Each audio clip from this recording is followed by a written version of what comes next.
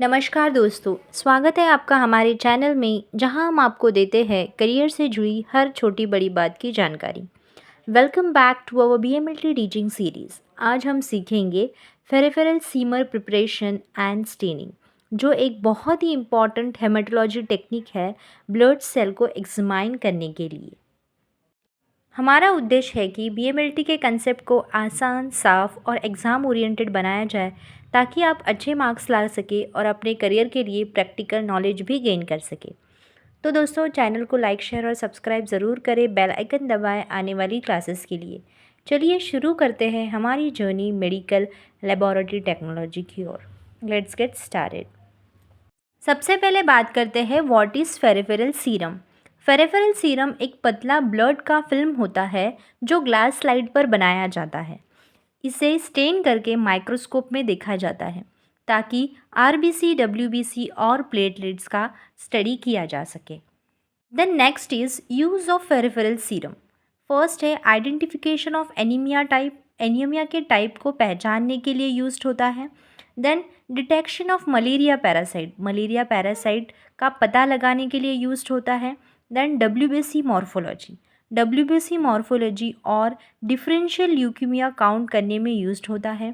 Then platelet estimation. Platelets का estimation में काम होता है, यूज होता है। देन एबनॉर्मल सेल इन ल्यूकीमिया। ल्यूकीमिया में जो एबनॉर्मल सेल्स होते हैं उनको पहचानने में यूज होता है।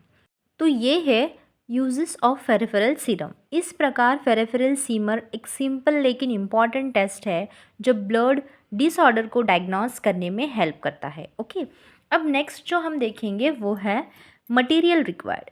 फेरिफेरल सीमर बनाने के लिए कौन कौन से मटेरियल की रिक्वायरमेंट होती है। ओके, फर्स्ट है क्लीन ग्लास स्लाइड।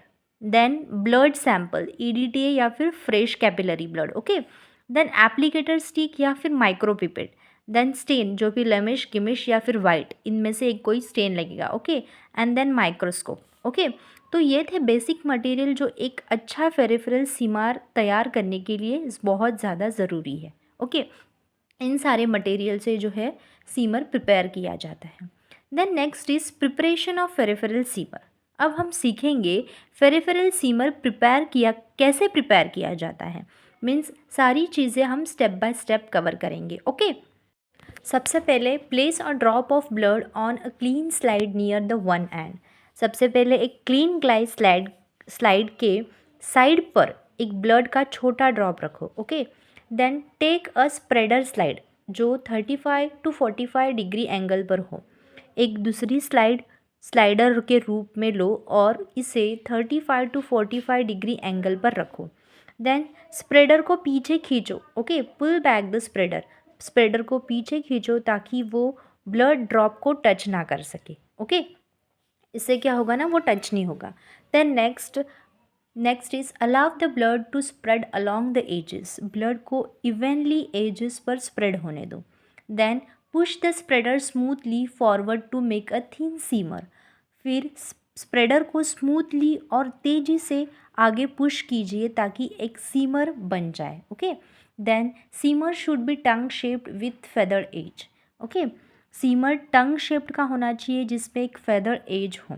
और एंड में सीमर को ड्राई होने दे, याद रखें उसे ब्लो नहीं करना है। ओके, तो इस तरह एक अच्छी क्वालिटी का फेरिफेरल सीमर बनाया जाता है। Then next is staining of peripheral smear. अब हम सीखेंगे फेरिफेरल सीमर को स्टेनिंग कैसे किया जाता है, स्टेनिंग कैसे करते हैं। कुछ कॉमन स्टेन्स होते हैं जैसे कि लेशमैन स्टेन जो सबसे ज़्यादा यूज होता है। देन व्राइट स्टेन एंड गिश्मा स्टेन। ओके, ये सारे स्टेन जो है वो यूज होते हैं। Then next is procedure of peripheral serum. इसको हम अभी स्टेप बाय स्टेप देखेंगे। फर्स्ट है cover a dry smear with Leishman stain for 2 minutes. सूखी सीमर स्लाइड को लेशमैन स्टेन से 2 मिनट तक ढके, यह फिक्सेशन के लिए होता है।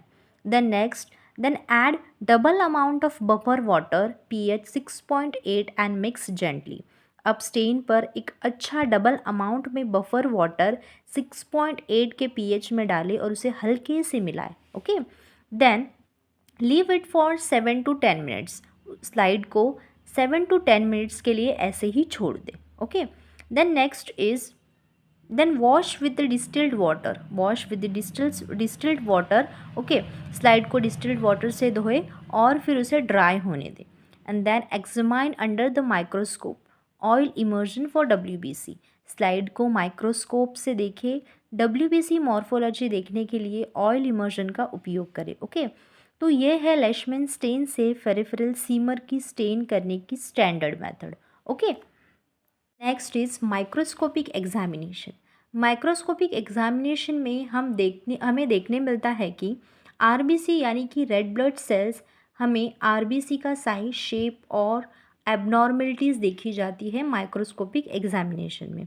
देन WBC यानी कि वाइट ब्लड सेल, इसमें हमें WBC के टाइप्स, उनकी बनावट यानी कि मॉर्फोलॉजी और एबनॉर्मलिटीज़ देखी जाती है, okay. And then last is platelets, इसमें प्लेटलेट्स की नंबर और उसका डिस्ट्रीब्यूशन देखा जाता है, okay. And then is parasites, जैसे कि पैरासाइट्स कौन से होते हैं, मलेरिया, उसका एग्जाम्पल जो है वो है मलेरिया। इस तरह जो है माइक्रोस्कोपिक एग्जामिनेशन किया जाता है RBC, WBC और प्लेटलेट्स का, और इसमें हमें उनकी साइज, शेप, मॉर्फोलॉजी, एबनॉर्मलिटी सारी कुछ दिखाई देती है। Then next is clinical importance. Peripheral semer diagnose anemia, leukemia, infection and parasites. Disease like malaria.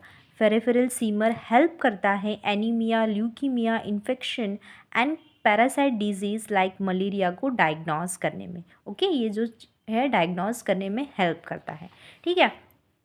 तो दोस्तों आज हमने सीखा है फेरिफेरल सीमर प्रिपरेशन और स्टेनिंग, एक इम्पॉर्टेंट हेमेटोलॉजी टेक्निक, ओके। अगली वीडियो में हम सीखेंगे कॉमन हेमेटोलॉजिकल डिसऑर्डर, ओके। सो फेरिफेरल सीमर प्रिपरेशन करने का कौन सा पार्ट आपको सबसे ज़्यादा मुश्किल, सबसे ज़्यादा हार्ड लगता है, प्रिपरेशन या स्टेनिंग, मुझे कमेंट में बताओ, ओके। अगर वीडियो अच्छा लगा हो तो चैनल को लाइक, शेयर और सब्सक्राइब ज़रूर कीजिए। मिलते हैं नेक्स्ट वीडियो में, तब तक के लिए keep learning, keep growing. Thank you, have a good day.